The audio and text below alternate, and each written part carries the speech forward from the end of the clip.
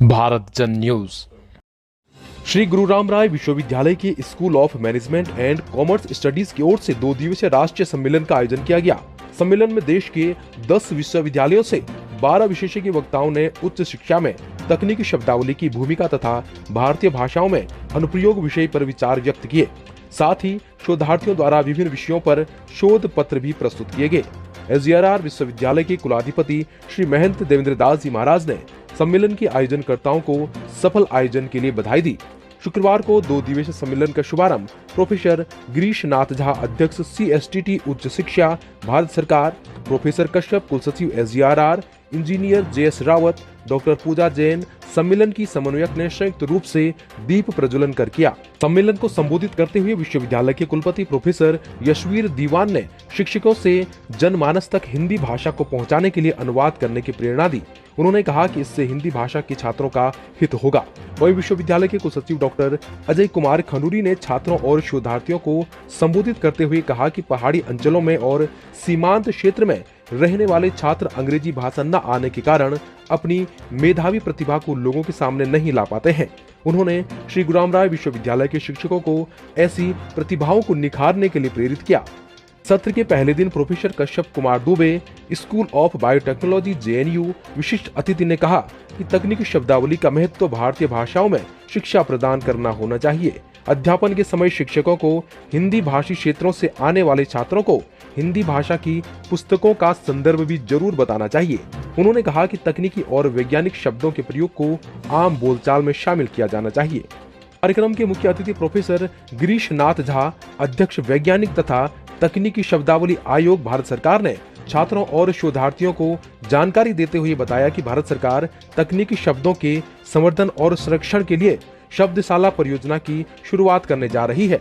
साथ ही भाषा की दुविधा से बचने के लिए और भाषाई डिप्रेशन के कारण मेधावी छात्रों की आत्महत्या रोकने के लिए अनिवार्य और कठोर से कठोर कदम उठाए जा रहे हैं। उन्होंने मातृभाषा के संरक्षण और मातृभाषा में शोध पत्र प्रकाशित करने के विषय पर भी जोर दिया। प्रथम तकनीकी सत्र के अध्यक्ष आशुतोष कुमार तिवारी, उपनिदेशक भारतीय मृदा एवं जल संरक्षण संस्थान देहरादून रहे।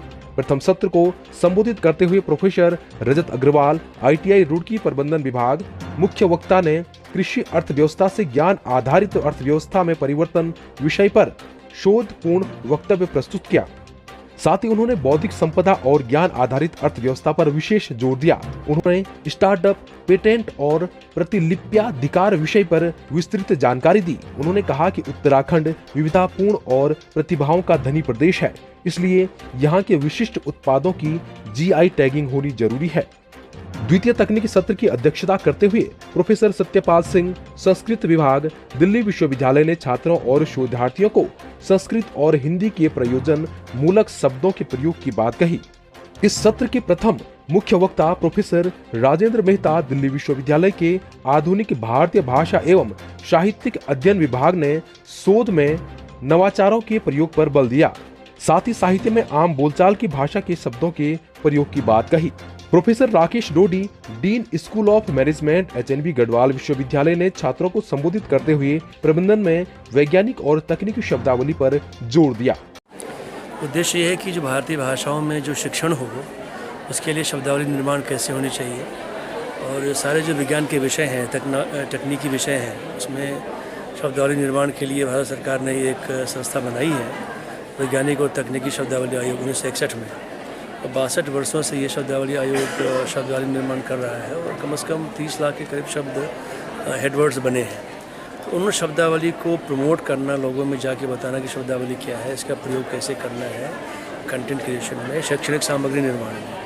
जब शैक्षणिक सामग्री बनेगी तब शब्दावली का प्रयोग होकर बच्चे उस पाठ को पढ़ पाएंगे।